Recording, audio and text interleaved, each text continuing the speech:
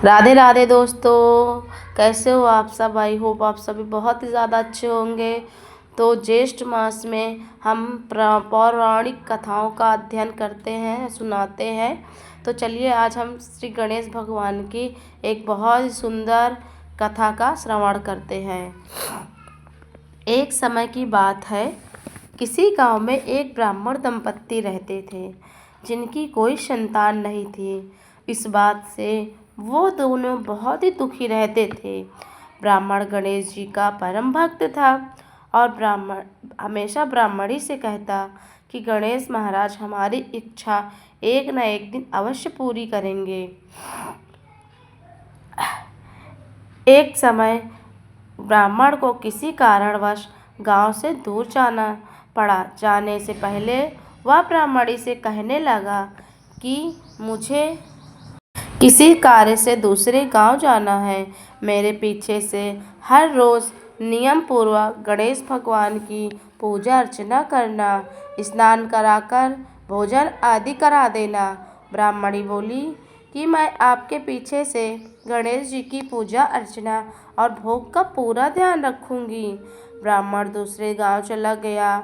अगले दिन सुबह ब्राह्मणी ने गणेश जी को स्नान आदि कराया, फिर भोजन बनाकर थाली में भोजन परोसा और गणेश जी के पास आकर बोली कि देखो गणेश जी महाराज, मैं घर का मैं अकेली हूँ, सारा काम मुझे ही करना है।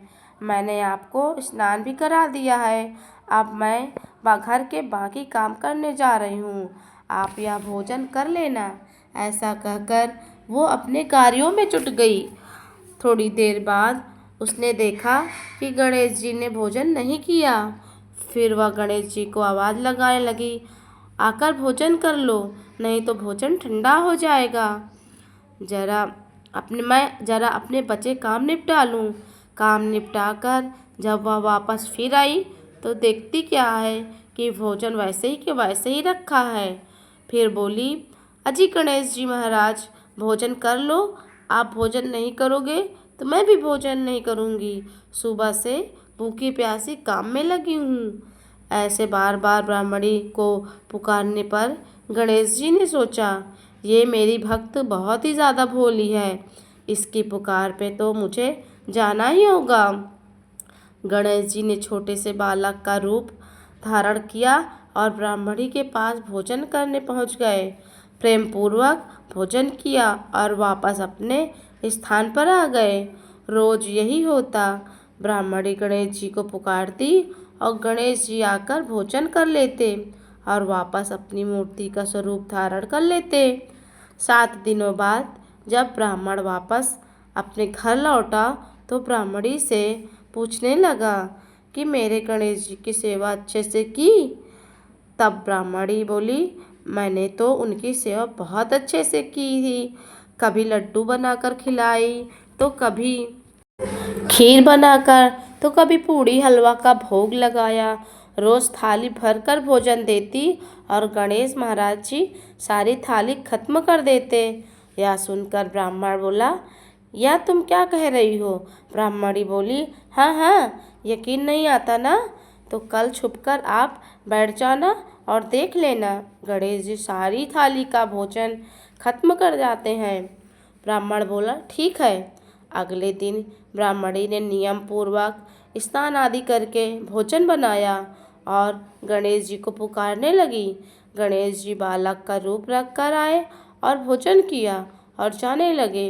तब वह छुपा हुआ ब्राह्मण बाहर आया और गणेश जी के चरणों में गिर पड़ा और हाथ जोड़कर बैठ गया और बोला, हे गणेश जी महाराज, मैं सदैव आपकी पूजा अर्चना करता रहा, आपने तो मुझे कभी दर्शन नहीं दिए और ब्राह्मणी की भोग स्वीकार करने आप स्वयं प्रकट हो गए।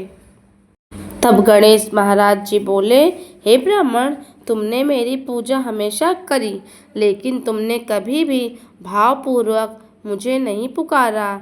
आज ब्राह्मणी के साथ साथ तुम्हें भी दर्शन हो गए। मैं तो जानता था कि तुम छुपे हुए हो।